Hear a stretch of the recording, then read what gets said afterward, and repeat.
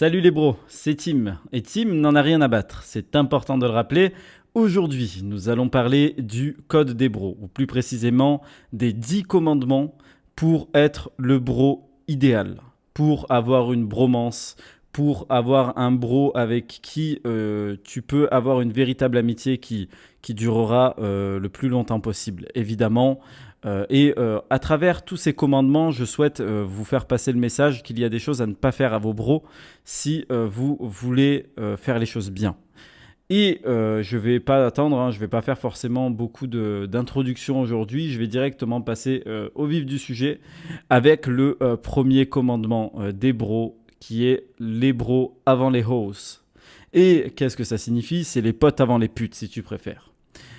Beaucoup de mecs laissent tomber leurs potes à partir du moment où ils rencontrent une nana. Et c'est putain de scandaleux.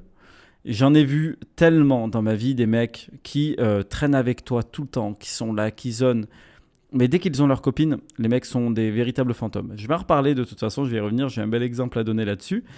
La première chose à faire si tu veux être un bro idéal, c'est surtout de faire passer tes frérots avant n'importe quelle nana. Pourquoi? Très simple. Le problème, c'est qu'une nana, c'est très instable. Une femme est très instable, surtout quand vous êtes au début et surtout les femmes de notre génération. Pourquoi? Tout simplement parce qu'une femme est émotive. Une femme va plus être sur l'émotion du moment. Un jour, elle va t'admirer et t'aimer. Puis un autre jour, elle ne veut plus te parler. Le lendemain, elle veut te voir. Puis le surlendemain, elle ne veut plus car son horoscope lui a dit que son ex l'aimait encore. Toi, tu vas te retrouver à tout laisser tomber pour cette fille. Et au final, quand tout va se terminer, parce qu'elle finira par te quitter avec ton comportement de merde, en fait, c'est simple. Une nana, si tu lui cèdes tout, elle finira par te laisser tomber. Elle finira par te laisser tomber parce que ce qui a fait qu'elle a kiffé sur toi au départ, c'est que tu étais un homme avec des principes. Et lorsque tu abandonnes tous tes principes pour une femme, pour lui montrer que tu es là, pour la coller, eh bien, ce qui va se passer, c'est qu'elle ne voudra plus. Elle ne voudra plus rester avec toi. Elle ne ressentira plus cette émotion, cette passion, cette admiration qu'elle avait pour toi. Et ce qui est assez paradoxal avec les femmes, c'est qu'elles vont tout faire. Elles vont tout faire, tout ce qui est en leur pouvoir pour essayer de t'éloigner de tes potes. Elles vont tout faire. Elles vont tout faire pour que tu t'éloignes de tes potes. Mais en secret, elles espèrent que tu ne vas jamais le faire vraiment. Parce que ce sont des shit tests. Et j'en ai déjà parlé dans mon podcast, les shit tests, que je t'invite à aller revoir d'ailleurs. Quand tu abandonnes tout parce que ta meuf te dit non, cet après-midi, tu ne vas pas avec tes potes, tu restes avec moi. Si tu abandonnes tout, tu lui prouves qu'en fait, tu n'as aucun principe, tu n'as aucun sens des priorités. Surtout si tes potes, tu les connais bien avant ta copine. Et c'est ça le problème. C'est que lorsque tu te mets à abandonner tes bros pour une meuf, la meuf, elle, va finir par perdre de l'admiration pour toi et donc elle finira par t'abandonner. Et qui tu retrouveras lorsque tu seras tout seul? Eh bien, tu retrouveras tes bros. C'est pour ça que dès le départ, pour éviter de faire ce genre de calcul merdique et de perdre la confiance de tes bros, privilégie tes bros. Évidemment, si ça fait longtemps que tu es avec ta copine, que vous êtes sur le point de vous marier, que c'est ta fiancée, etc., c'est différent. Lorsque chacun a sa femme, tu peux plus forcément partir sur les bros avant les hoes. Parce que ta femme, ce n'est pas une hoe. Ce n'est pas une salope. Ta femme, c'est ta femme. Donc, tu ne peux pas abandonner ta femme pour tes bros. C'est pas possible. Ta femme, c'est ta famille. À partir du moment où vous allez bâtir un projet familial ensemble, ça devient ta famille. Donc là, tu ne peux pas l'abandonner. Moi, je te parle dans le cadre où c'est une nana avec qui tu es, que tu fréquentes. Je suis juste en train de te dire, n'abandonne pas tout pour cette femme. Parce qu'à partir du moment où tu abandonnes tout pour une femme, t'es foutu, dans tous les cas. Donc ça, c'est le premier commandement. Il est sacré, d'accord? Donc, premier commandement. Le second commandement, c'est les amours ou les ex-amours de tes bros sont intouchables. Et j'insiste, je vais le répéter, mais les amours des bros sont intouchables. On ne touche jamais, absolument jamais, à la meuf d'un bro. Jamais. C'est pas quelque chose à faire. Même si ça fait ne serait-ce que quelques semaines, voire quelques mois qu'ils sont ensemble. Même si c'est pas encore sérieux entre eux. Même si c'est en train de se construire.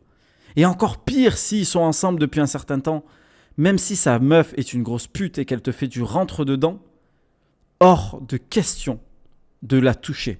Hors de question. Tu ne la touches pas. Jamais. Parce qu'à partir du moment où tu fais ça, tu deviens pire qu'une salope. Même si elle se fout à poil devant toi, tu ne la touches pas. Tu vas en informer ton bro. directement, pour lui dire de quitter cette pute. Mais tu ne la touches pas. Trop de mecs font cette putain d'erreur. Ils voient leur bro avec une nana, ils commencent à fantasmer sur la meuf, ils commencent à envoyer des paroles, à commencer à discuter. Non, on arrête ça, on arrête les conneries. Et ils notent aussi, tu vois, je t'ai dit les ex-amours. On ne touche pas aux ex des bros. En tout cas, les femmes qui ont compté pour lui, on n'y touche pas. Elles sont intouchables, elles ont une bite entre les jambes. C'est-à-dire que tu n'y touches pas. À part si tu es homosexuel, mais après ça, c'est ton choix. Mais ce que je veux dire là-dessus, c'est que tu ne touches pas aux ex de tes bros. C'est une base. On n'y touche pas. J'ai plein de mecs qui se foncent quand ils voient leur bro quitter leur meuf. Ah, bro, putain, tu sais, le mec, il vient, il a besoin de ton épaule pour être réconforté. Toi, tu le réconfortes et après, tu vas commencer à charo sa meuf. Franchement, c'est pas ouf. C'est pas ouf. Et si un jour un mec te fait ça, genre un mec qui se prétend être ton bro te fait ça, fous-lui une grosse tarte dans la gueule et sors-le de ta vie parce que c'est un gros fils de chouin. Voilà. Et bien évidemment, il y a toujours des petites exceptions à la règle. Si ton bro a eu un coup de cœur pour une nana, donc c'est pas vraiment une meuf avec qui il a été, t'y touches pas. Tout simplement, je vais y revenir dans un des commandements. Mais si par exemple, admettons, il a couché avec une nana ou il est avec une meuf pendant quelques mois et qu'il n'a pas vraiment été attaché par elle et qu'il te dit bon, vas-y, je te donne ma bénédiction. Mais attention, hein, la bénédiction, c'est la vraie bénédiction. C'est pas ton pote qui te dit ouais, vas-y pour te faire plaisir.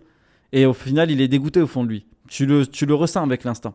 Non, là, je te parle du bro qui n'en a rien à foutre de la nana et qui te dit bon, frérot, vas-y, si t'as envie, vas-y, je te laisse y aller, je te laisse aller la draguer, je m'en fous de toute façon. Là, si t'as donné sa bénédiction, tu peux y aller. Mais c'est tout. C'est vraiment la seule exception dans laquelle tu peux aller toucher une nana qu'un de tes bros a déjà touché avant. C'est tout. Commandement numéro 3. Le premier qui met le grappin sur une fille, garde la fille. C'est une putain de base. Si ton bro a vu une nana et qu'il a décidé, admettons vous êtes en club, il voit une nana, il dit bon mec, celle-là je la veux, tu n'as pas le droit d'aller la charo. Même si tu as une opportunité, tu as une chance de pouvoir y aller, même si, putain, tu l'avais pas remarqué, mais tu te rends compte que la nana est vraiment mignonne et tu as envie d'y aller, non, tu oublies. Ton bro a mis le grappin dessus en premier, c'est lui qui y va en premier. C'est comme ça et pas autrement. Nous, à l'époque, on faisait un truc très simple, c'était que dès qu'on voyait une nana qui était mignonne et qu'on la repérait en même temps, c'était limite, on se tirait ça à pierre, papier, ciseaux, et ça permettait de savoir qui était le premier à y aller, puis le deuxième, puis le troisième. Si jamais le premier s'est vautré, ce sera le deuxième. Et si jamais le deuxième se vautre, ce sera la place du troisième. Mais jamais aller draguer une nana sur qui tu as déjà mis le grappin. Putain, moi j'ai une anecdote en boîte de nuit qui est assez dingue. J'étais en boîte de nuit, je rencontre une nana, tu vois, tranquille, ça se passe bien, on discute et tout. Et bah, tu vois, quand tu passes un bon moment avec une fille, tu as envie d'aller la présenter à tes potes avec qui tu es venu en boîte. Donc j'avais deux potes qui étaient très corrects, du coup, voilà, qui lui disent bonjour. Je dis voilà, c'est mon pote 1, mon pote 2. Et là, je lui montre mon pote numéro 3. Et là, mon pote numéro 3, j'ai pas compris. J'ai pas compris. J'ai un bug total. Le mec commence à charo la meuf. Hein, mais salut, oh, t'es trop belle, t'as la peau douce. Et il commence à la charo comme ça devant moi. Mais j'étais choqué. Je dis mais t'es sérieux? Je commence à le prendre à part. Je dis mais tu fais quoi là? Il me fait bah gros, ça va, je parle avec elle. Et puis après, il continue à parler avec elle, alors qu'il me laisse même pas continuer. Et il continue à parler avec elle, Du coup, comment je me suis vengé? C'est très simple. Quand je l'ai vu aller parler avec une nana, je me suis fait passer pour un homosexuel. Et je peux te garantir que la nana a fui, parce que je joue très bien. J'en suis pas un, mais quand on me fait chier, j'arrive à très bien jouer mon rôle. Et je lui ai fait niquer 2-3 coups par la suite. Il était dégoûté et il a compris la leçon. Je lui ai dit, fais attention, ne me fais pas des trucs comme ça. Fais très attention à ce que tu fais. Ça, c'est pas des vrais bros. Un mec qui te fait ça, c'est pas un vrai bro. Après, quand on s'est expliqué, il me dit non, mais gros, t'es venu à moi, tu me présentes la meuf. Moi, je croyais que tu étais en train de me faire une passe D. Je lui ai dit gros, j'étais en train de te dire que non, et t'as continué. Ouais, mais j'entendais pas avec la boîte. Bref, c'est des excuses, toutes ces conneries. Quand un pote met le grappin sur une nana en premier, c'est lui qui garde la nana. C'est comme ça, c'est tout. Même si tu la trouves belle, même si tu la trouves bonne, même si tu la trouves tout ce que tu veux, rien à foutre. Si ton pote a mis le grappin en premier dessus, c'est lui qui garde la nana. Commandement numéro 4. Si ton bro craque sur une nana que toi tu kiffes et que c'est réciproque entre eux, tu lui laisses la fille. Ne sois pas entêté.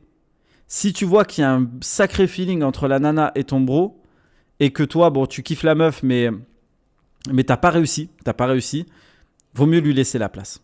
Ça me rappelle une anecdote au lycée. Au lycée, il y avait une nana qui était à fond sur moi. Mais genre vraiment, quand je te dis à fond sur moi, c'était un truc de malade. Genre vraiment, la meuf, elle m'écrivait tout le temps. Et moi, je comprenais pas à l'époque. Je comprenais pas, j'étais un peu con. Mais elle m'écrivait tout le temps pour savoir si j'allais bien, si j'allais venir en cours, si j'avais besoin des devoirs. N'hésite pas, si tu veux qu'on se voit, on peut se voir. Et en fait, elle me voulait. Elle me voulait. Mais le souci, c'est que l'un de mes meilleurs potes, l'un de mes bros, était à fond sur elle. Mais vraiment, quand je suis à fond sur elle, le mec était obsédé par cette meuf. Et donc, du coup, moi, je savais qu'il était obsédé par cette meuf, mais c'est elle qui venait me parler. Et moi, je lui répondais très cordialement à chaque fois. Parce que le code des bros, c'est quelque chose qui est sacré chez moi. Sacré. Et donc, du coup, mon bro, c'est mon bro. Je ne trahirai pas mon bro juste pour une meuf. Et donc, je lui en parlais, je lui disais, t'as vu, y a Axel qui est venu me parler, et elle arrête pas de me parler, gros. Et là, il me prend comme ça par la nuque et il me dit, Tim, un accident est si vite arrivé. Mais en fait, le truc, c'est que je lui ai dit, non, moi, il n'y a pas de problème. Je sais que c'est toi le premier à y aller, tu y vas, il n'y a pas de souci. Par contre, gros, tu tentes ta chance. Si tu loupes ta chance, tu me laisses y aller. Ouais, non, t'inquiète et tout, t'en fais pas, mais je vais pas louper ma chance. Pendant un an, pendant une putain d'année, il a rien tenté. Mais quand je te dis qu'il a rien tenté, c'est qu'il a rien tenté. Et tu sais ce qui s'est passé à la fin? C'est que la meuf qui était en kiff sur moi a fini par se mettre en couple avec un autre gars et elle s'est mise en couple avec lui pendant 2 ans. Alors là, je peux te dire que j'avais les boules. C'est pour ça qu'il est important. Et là, c'est ce qu'il aurait dû faire. Il aurait dû respecter ce commandement numéro 4.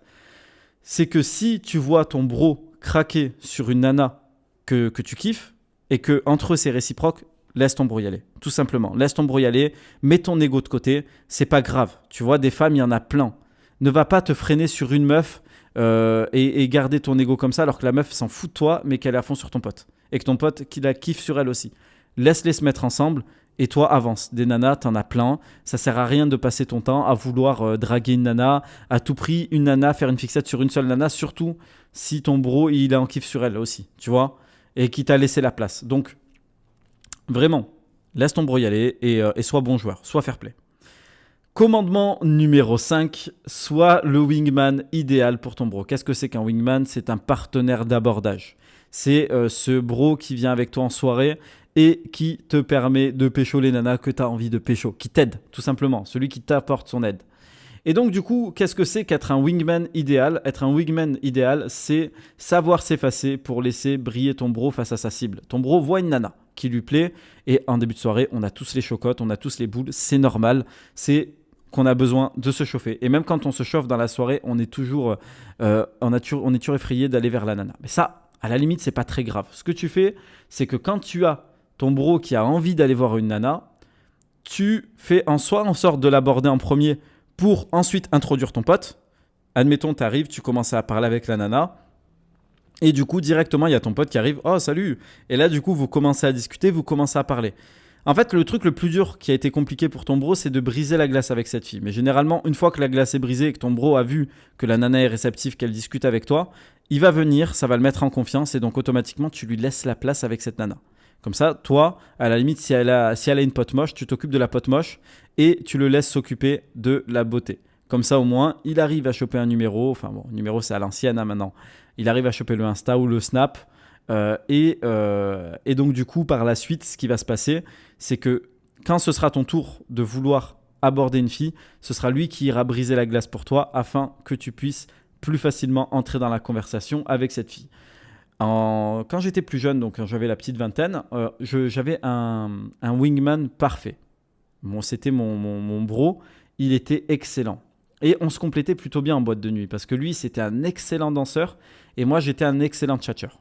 Donc, on se complétait super bien. Lui, son terrain, c'était la piste de danse. Mon terrain, c'était, tu sais, l'extérieur. Tu sais, quand tu sors fumer en extérieur, parfois, tu as des petites terrasses en extérieur. Et donc, du coup, moi, ça, c'était mon terrain de prédilection. Parce que je savais aller parler, je savais aller brancher les nanas. Et je savais faire en sorte que les nanas rigolent. Et j'arrivais à les mettre à l'aise pour ensuite les embrasser. Et aussi pour faire briller mon poteau. Et donc, du coup, truc tout con, quand on partait sur la piste de danse, moi, je faisais en sorte de mal danser. genre de danser un peu mal, pour que mon bro, qui était un excellent danseur, brille et donc du coup que tout le monde se mette à tournoyer autour de lui. Il n'avait plus qu'à choisir sa cible. Et généralement, il choisissait un groupe de 2 nanas ou plus. Comme ça, au moins, je pouvais moi aussi gratter et avoir ma chance. En fait, vraiment, il faut faire en sorte de t'effacer pour laisser briller ton bro face à sa cible. C'est quelque chose qui est super important.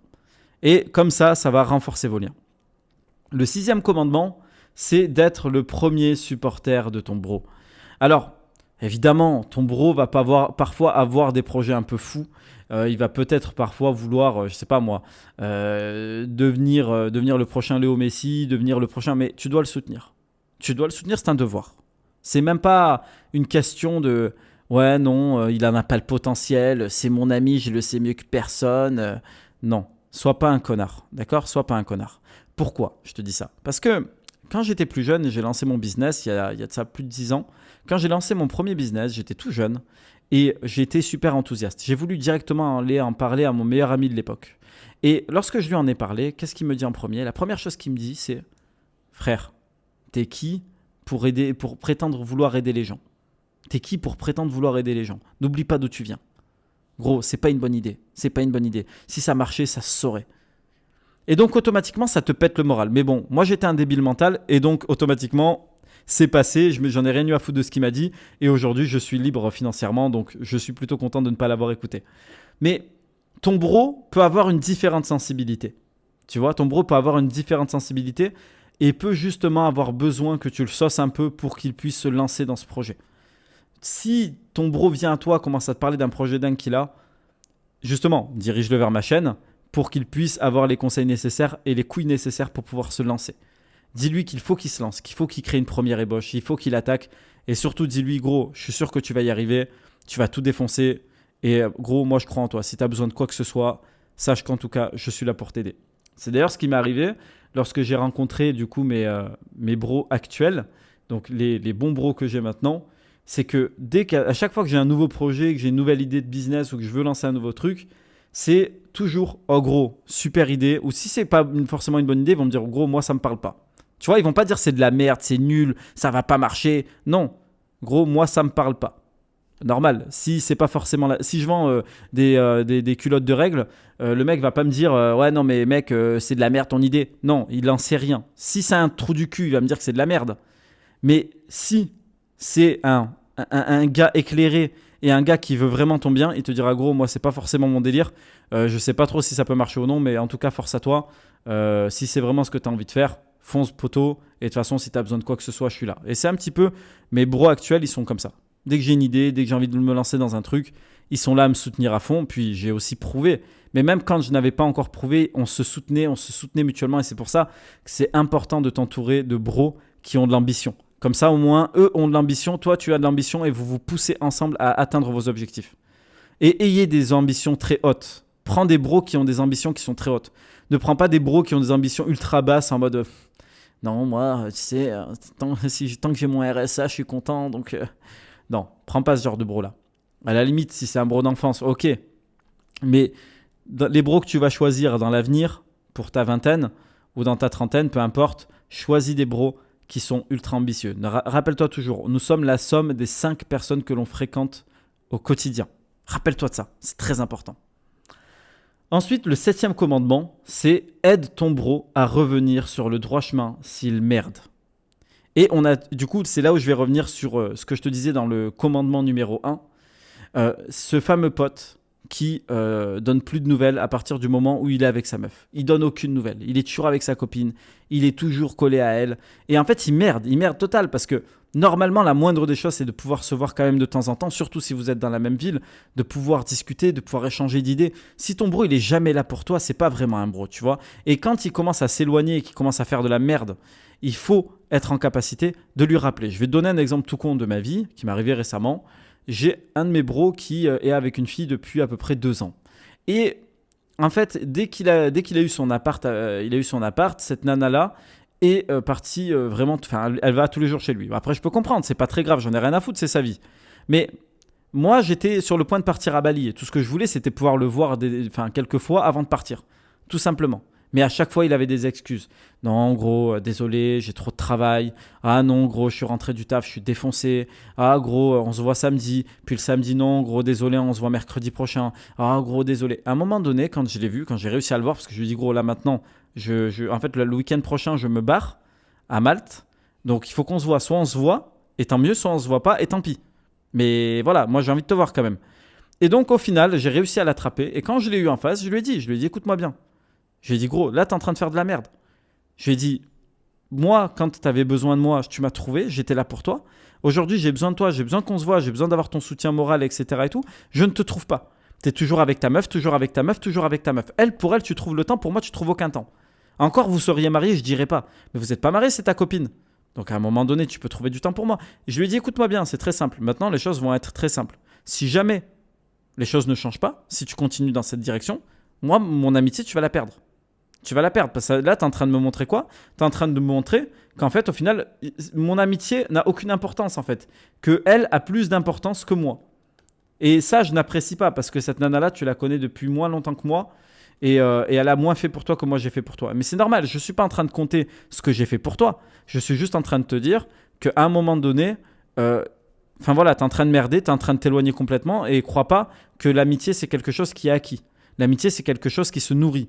Par exemple, si tu as une plante et que tu ne la nourris pas pendant une semaine, même si ça fait 3 ans que tu as cette plante, elle va finir par crever au bout d'une semaine. Tu comprends? C'est ça que j'essaie de t'expliquer. Donc, une amitié, ça se nourrit. Donc, si ton pote fait de la merde, ne laisse surtout pas l'abcès gonfler. Si c'est ton bro et que tu l'aimes vraiment, crève l'abcès le plus tôt possible. Ne sois pas un passif agressif. N'encaisse pas pour ensuite tout balancer à la fin. Non. Dès qu'un truc ne va pas, parle-lui-en en toute honnêteté, balance-lui le truc dans la gueule, et de toute façon, vous êtes des bonhommes, vous vous expliquez sans être vulgaire ni rien, mais vous vous expliquez. Finalement, tu vois, je l'ai expliqué à mon pote, il a compris et il a complètement changé son comportement par la suite. Donc, voilà, c'est très important de surtout aider ton bro à revenir dans le droit chemin s'il merde et à vouloir rapidement crever l'abcès pour pas détruire votre bromance. Très important. Commandement numéro 8. Tout ce que te dit ton bro doit rester entre vous jusqu'à la tombe. D'accord?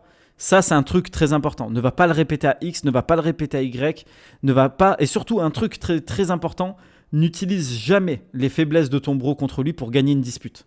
C'est le meilleur moyen de détruire la confiance entre vous. J'avais mon ancien meilleur pote qui était comme ça. Tu vois, dès qu'on avait une embrouille, et dès qu'il voyait qu'il était en train de perdre la dispute, dès qu'il voyait qu'il était en train de perdre l'argumentation, alors là, ça commençait à m'attaquer sur des choses que je lui ai dit personnelles.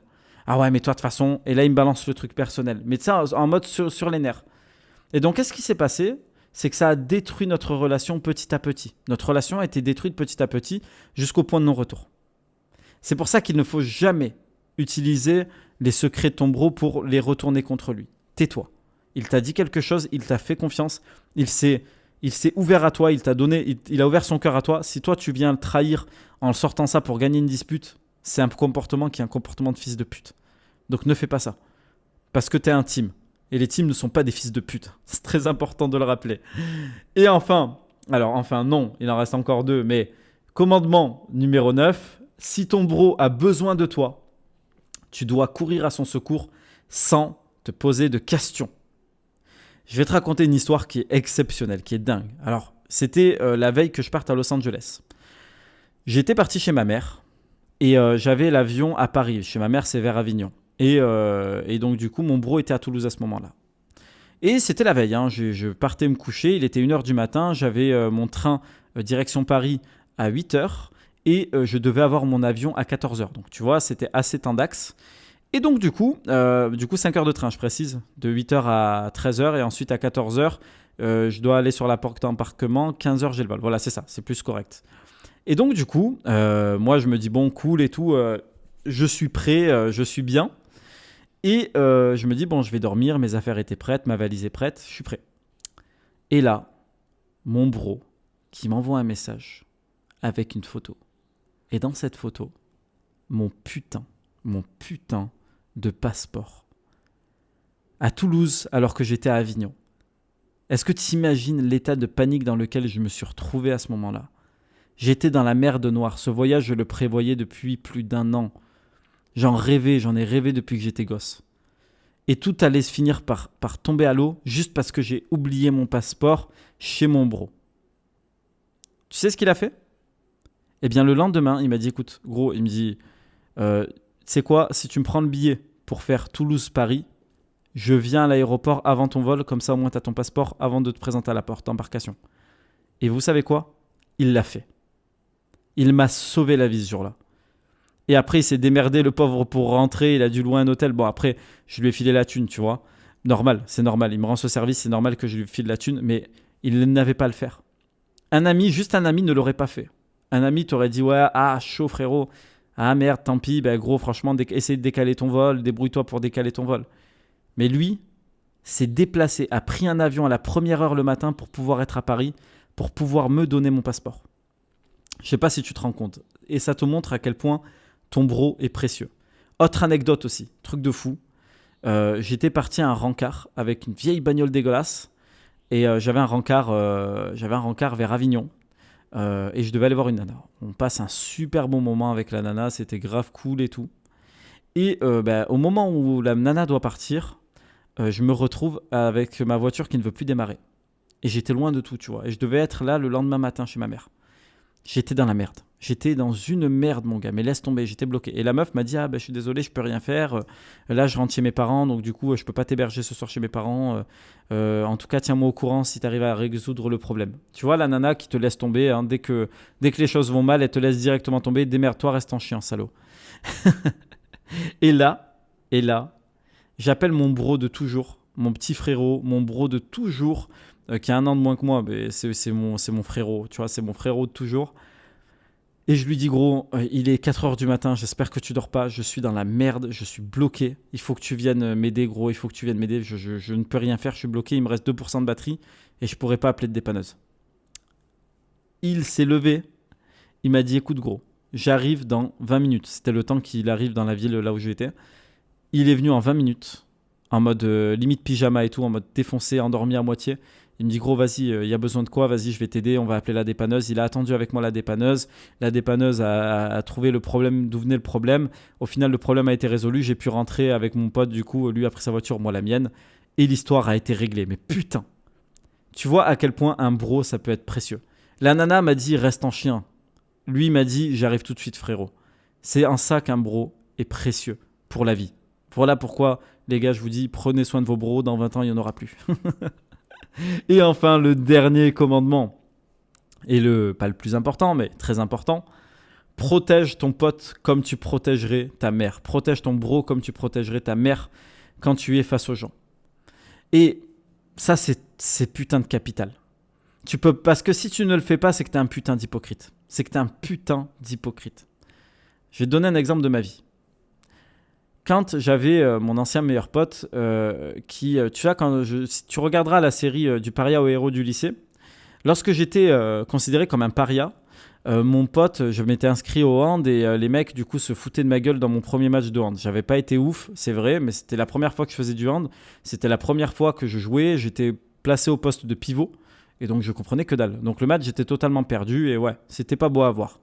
Et du coup, les gars du lycée se sont foutus de ma gueule à fond. Et mon pote, quelques jours plus tard, vient me voir et me dit, gros, franchement, ça a jasé de ouf. Les gars du lycée ont dit ça sur toi, ça sur toi. Pas dans les tribunes, mais genre vraiment quand ils en ont discuté entre eux. Ils ont dit ça sur toi, gros, arrête le hand, il faut que t'arrêtes, c'est pas fait pour toi, tu vois bien que t'es pas fait pour ça. Tu vois, c'est cette espèce d'ami toxique, tu vois. Et en fait, ça veut dire quoi? Ça veut dire qu'il s'est permis de pouvoir développer sa pensée devant celui qui était censé être mon bro. T'imagines? À la base, si déjà il commence à dire « t'as vu Tim, cette espèce de gros loser », déjà normalement à la base tu coupes le mec. Tu lui dis « attends, je t'arrête tout de suite. Tim, c'est mon bro. Tu parles pas de lui comme ça. Je te le dis direct. » Et là le mec « oh non, gros, t'inquiète, mais c'est juste que quand même, c'était quand même plutôt marrant. » Non, tu parles pas comme ça de mon bro, moi je refuse. Normalement, c'est ce que tu dois dire face à un mec qui s'apprête à se foutre de la gueule de ton bro. Tu ne laisses même pas développer sa pensée. Tu lui dis non, ça j'accepte pas par contre. C'est mon bro, parlez pas de lui. T'es pas là à te foutre de sa gueule allègrement, t'as vu, c'est trop du cul, tu vois, genre tu te moques de lui, et après tu reviens en mode, gros, franchement, tu devrais arrêter parce que ça a dit ci, ça sur toi. D'ailleurs, méfiez-vous toujours, hein. Quand t'as un de tes bros qui vient te voir et qui commence à te sortir tout ce que les gens disent de mal sur toi, généralement, c'est que les gens se sentent vraiment à l'aise avec lui pour parler de ce type de choses et que c'est pas vraiment un bro avec vous. Donc voilà pourquoi, lorsque quelqu'un veut se foutre de la gueule de ton bro, tu l'arrêtes tout de suite. Tu lui dis non, non, attends, attends. C'est mon bro, il a ses défauts, peu importe, j'en ai rien à foutre, mais parle pas de lui comme ça. Je te le dis direct, moi avec moi ça fonctionne pas. Toujours défendre vos bros. Très important. Normalement, si vous respectez ces 10 commandements des bros, tout devrait bien se passer pour vous. Vous devriez avoir à vos côtés des bros qui sont fidèles, des bros qui sont prêts à tuer pour vous, des bros qui sont prêts à se prendre une balle pour vous, qui sont prêts à vous tirer vers le haut et à vous mener à la réussite que vous méritez. N'oubliez pas, vous êtes la somme des 5 personnes avec lesquelles vous traînez le plus souvent les bros. C'est pour ça qu'il faut que vous vous bâtissiez une équipe de winners. Et tous les losers, tous les mecs toxiques qui sont en train de vous tirer vers le bas, il faut que vous les dégagiez de votre vie, tout simplement. Ou bien que vous les fréquentiez le moins possible. Très important. Et n'oublie pas, pendant que tous ces mecs traînent entre losers et se tirent vers le bas, Tim s'agrippe à ses ballons avec ses bros, s'envole au-dessus de cette masse, leur fait un gros foc, car Tim et ses bros n'en ont rien à battre. Salut.